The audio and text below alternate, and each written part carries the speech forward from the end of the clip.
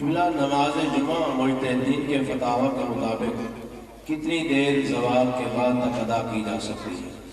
دیکھو یہ مسئلہ تھوڑا سا مراجع کے درمیان مورد اختلاف میں ہے۔ سب سے زیادہ تنگ وقت تھوڑا وقت آیت اللہ سیستانی کے فتوے میں ہے،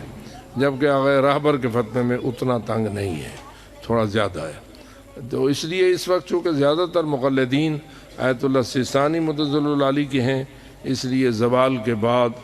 35 یا 40 منٹ کے اندر نماز جمعہ کے خاتمے کا وہ حکم دیتے ہیں کہ اس میں اذان بھی ہو جانی چاہیے، خطبتین بھی ہو جانے چاہیے اور نماز بھی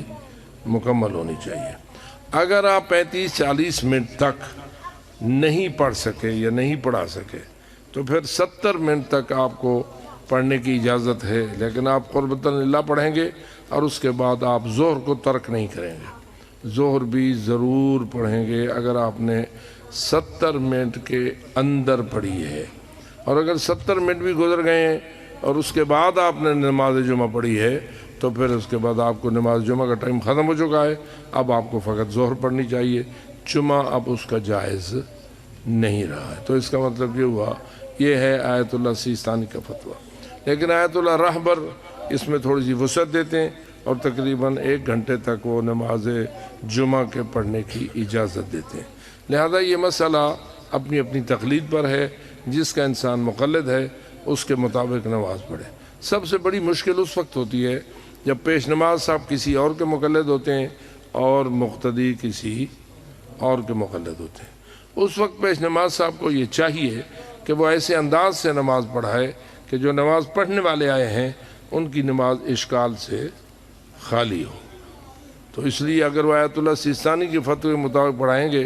تو آیت اللہ رہبر کے فتوے پر بھی عمل ہو جائے گا، کیونکہ ان کی نماز کا وقت ذرا وسیع ہے۔ لیکن وہ آیت اللہ رہبر کا مقلد ہے اور وہ پڑھاتا ہے ان کے فتوے کے مطابق، اور پچھلے جو ہیں وہ آیت اللہ سیستانی کے مقلد ہیں، تو وہ یہ دیکھیں کہ پیش نماز صاحب نے اگر 35-40 منٹ کے اندر نماز پڑھا دی ہے تو ٹھیک ہے، لیکن اگر وہ 45-40 منٹ کے بعد نماز پڑھا رہا ہے تو یہ اپنے مقلد کے فتوے پہ عمل کریں، نماز کو پڑھیں قربۃ اللہ اس پیش نماز کے پیچھے، اور ظہر کو ترک نہ کریں۔ اور میں پہلے کر چکا ہوں کہ وہ 70 منٹ تک اس کی اجازت دیتے ہیں۔ جملہ اگر کسی شہر میں نماز جمعہ زوال کے 1 گھنٹہ کے اندر ختم ہو اور پیش نماز فوراً نماز عصر کی اقامت کہہ دے، نماز جمعہ کے فوراً بعد نماز عصر کی اقامت کہہ دے، تو اس کے بارے میں کیا ہے؟ دیکھیے کہ اگر وہ پڑھتا ہے اور پیچھے جو پڑھنے والا مقتدی ہے، آپ یہ کہنا چاہتے ہیں بظاہر کہ اس نے تو ابھی ظہر پڑھنی تھی، مقتدی نے ظہر پڑھنی تھی اور پیش نماز نے جلدی سے نماز عصر کی اقامت کہہ دی، تو مقتدی کے لیے جائز ہے وہ عصر کے پیچھے ظہر کی نیت کر لے، پیش نماز عصر پڑھے گا نا، مقتدی تو ظہر کی نیت کر کے پڑھ سکتا ہے، ظہر پڑھ لے، جب ظہر ختم ہو جائے اس کی عصر ختم ہو جائے گی، اس کی ظہر ختم ہو جائے گی، بعد کوئی اپنی عصر خود پڑھ لے گا۔